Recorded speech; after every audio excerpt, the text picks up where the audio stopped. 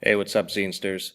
So, throughout the second trimester, we are going to use writing assignments to build up to the culminating piece of the trimester, which you're going to publish, an A piece, obviously.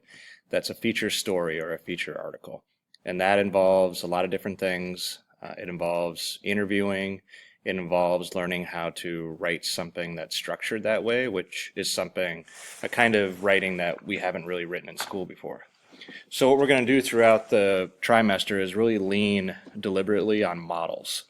And so you have your first model in hand today. It's My Life in 15 Songs by Jackson Browne, a 1970s classic rock guy. And Rolling Stone magazine puts one of these in every issue they publish. So they interview an artist from all different genres, all different time periods, and it's not a quick interview. It's pretty deep, heavy hitting. Sometimes it's funny, sometimes it's really dark. Kind of interview with the people, and this is just one example.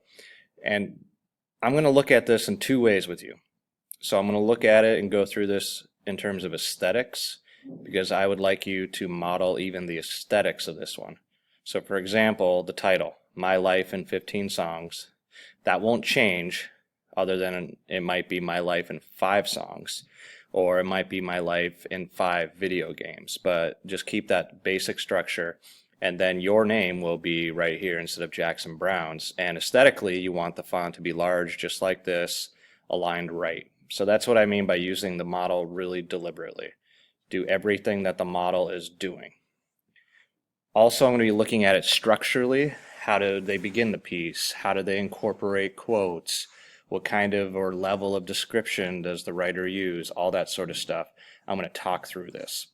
So while I do this, while you're listening to the video, what you need to be doing is making a list of things to remember, a checklist for yourself when you sit down to write your own My Life in 5, whatever it happens to be.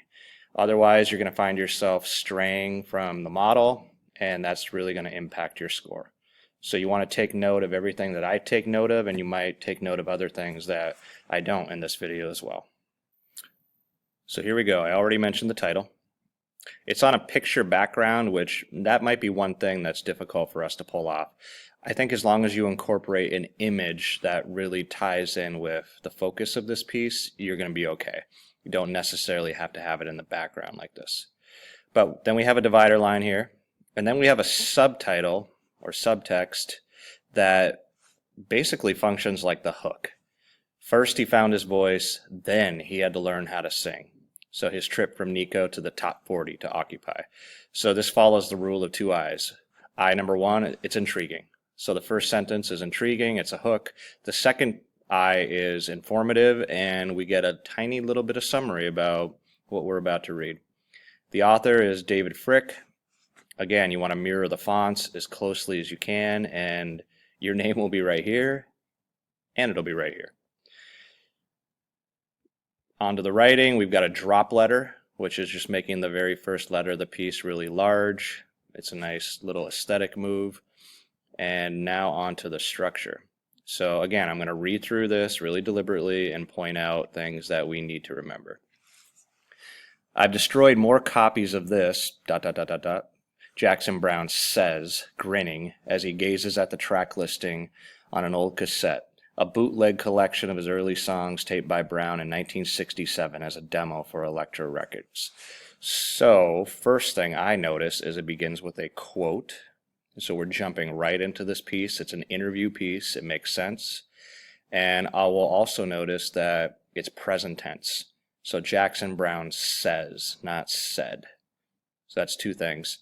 The third thing is we get an immediate physical description of Jackson Browne. He's grinning, he's gazing. It's not super thorough, but it gives us just a little bit of his personality, what he might look like in our imaginations. So that's a nice thing to do. And it's also full of specific details. So we got a year, 1967. We have the name of a record company. It's a good way to start in one sentence. I'll move on to the next sentence, and you can see it's a quote.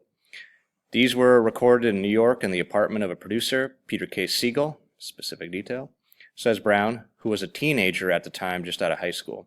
I was going to make my record with him, but he got derailed. One reason, quote, I didn't sing very well, he admits with another grin. I'm not being modest. It's true. But we'll stop there. So the writer kind of just fills in little bits, like one reason here, just to transition between different parts of the interview. This writer uses the little paragraph symbol in order to emphasize that there's a paragraph. Again, if you want to really follow the model, that's what you'll do. But Brown, that's just a total stylistic choice by the editors of the magazine. They're just going to do it consistently, just for aesthetics. But Brown was wise in confession and metaphor beyond his years. Songs on that tape were covered by artists such as folk singer Tom Rush, the Nitty Gritty Dirt Band, and ex-Velvet Underground vocalist Nico, making Brown a famous songwriter long before his 70s streak of classic albums, including the 1972 debut, Jackson Browne, 1974's Earthy and Elegant, Late for the Sky, and the 1977 road life memoir, Running on Empty. So this second paragraph between the two paragraph markers is straight up background information full of specific detail. A mini story of his life through music. Third paragraph starts with another one right in the middle of a line here. Brown's new album, Standing in the Breach, is a gently dynamic reflection on crisis and responsibility at home and in the world, combining the emotional probing of 1973's For Every Man and the commitment to topical writing that started with 1986's Lives and the Balance. Quote, you get fixed in the public imagination at the moment you first come to prominence, says Brown, who in his mid-60s still has the mod wave charm in his voice and features that made him a romantic idol in his 20s. It's up to people to continue to listen to see how you've grown. So again, just a little sprinkling of physical description of the subject of the interview, Jackson Browne. If you do that throughout the piece, especially before you start getting to the songs, by the end of the introduction, we're going to have a good idea about what to imagine in terms of what the interviewee looks like. This third paragraph in whole just fills in a lot more specific detail and background. If you're writing this piece in the same way, so, your name, your life in 5 songs, you're not going to have all this extensive studio background, but you're going to have background as well. You're going to have maybe the first time you ever asked your parents for an album, the first time you ever purchased anything on iTunes, the first time you ever illegally ripped a CD or used Napster or whatever. You're going to have specific stories about your life and music too. So that's the kind of detail that you want in here, very specific detail. Which song did you first listen to? Which album did you first download? All that stuff. And here we're you can see there's a line down here at the bottom which signals the end of the introduction, and then you have the title of the song and the year, which is what you want to do if you're also working with songs. So I'll read the last paragraph here and see what else we can learn. And notice on this page we're going back to just standard paragraphs. So the cover page, the first page, they're trying to be all cool and they're using different paragraph symbols, but once we get to the heart of the article, they go traditional. During this look back, Brown, who was born Clyde Jackson Browne in Heidelberg, Germany in 1948 and raised in Southern California, recalled early transformative encounters with Tim Buckley and Leonard Cohen, his first real job in music, in New York as Nico's accompanist, and a key friendship with LA Cowboys, the Eagles, whose cover of Take It Easy became one of Brown's first hits. Other people did my songs first, Brown concedes, but I didn't write for them. What I liked about writing songs is that if you wrote it, you were entitled to sing it. He grins again, whether you sang it well or not. So again, a little bit more personality. He's kind of, grinning, but he's being sarcastic. He's also putting himself down a little bit or putting somebody else down. You get a summary here of what's about to come. So we know we're going to see, one of the 15 songs is going to be Take It Easy, made famous by the Eagles. And sure enough, right up here, there's a section on Take It Easy, 1972. He doesn't mention all 15. He just mentions this is kind of the direction where we're going. So it's like a thesis statement in a way. It gives you a hint as to what's coming. And that's the intro. It ends with a quote. It starts with a quote. We get some physical description of a Jackson Browne who seemingly is always grinning. He's having a good time during the interview. We get some background on his life, very specific details, including years and song titles and album titles. It's written in, well, it's written in present tense. That's an important thing to remember. And we have all these aesthetics. On the first page, we have right alignment. On the second page, we go pretty traditional. Easier to read over an extended period of time.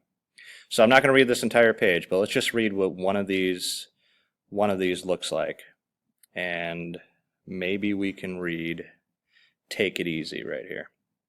So they bold it, increase the font size a little bit. That's the title of the song. Normally you'd put titles of songs in quotation marks, but because it's a subtitle, they're doing it a little differently, and they're just staying consistent, and it works. 1972 in smaller font, the year the song was released. I was in the middle of making my first album. Okay, stop. He's speaking in first person, and there are no quotation marks. So what does this mean? It means that the interviewer is taking a back seat now. So the interviewer is just letting the person talk.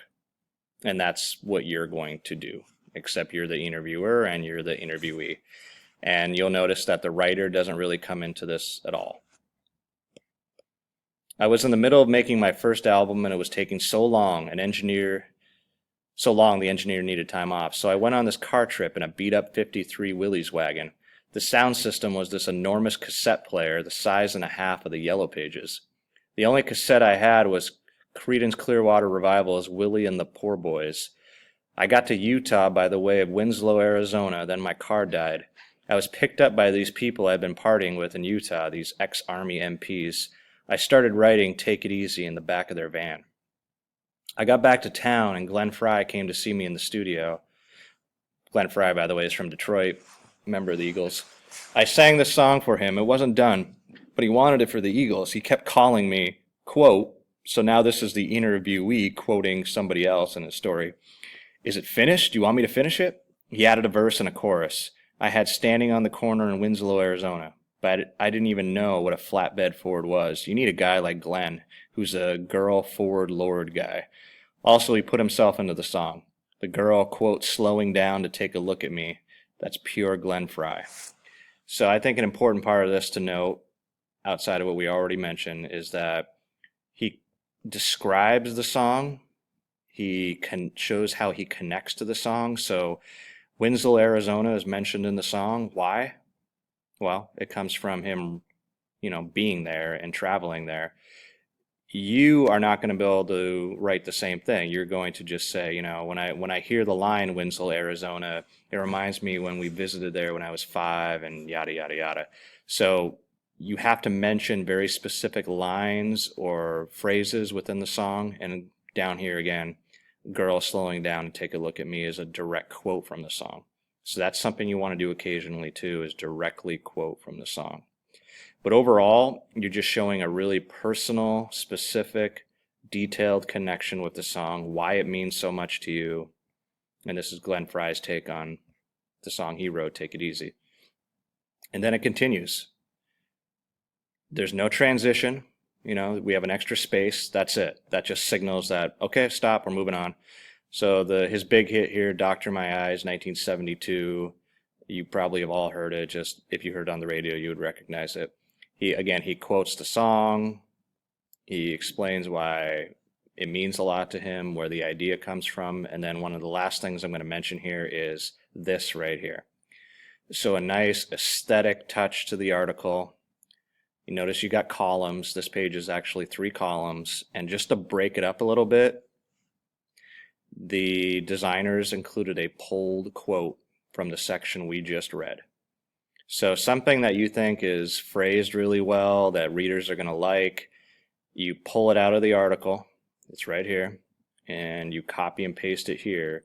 and you just make it big and noticeable, and you've got the big exaggerated artistic quotation marks, and it's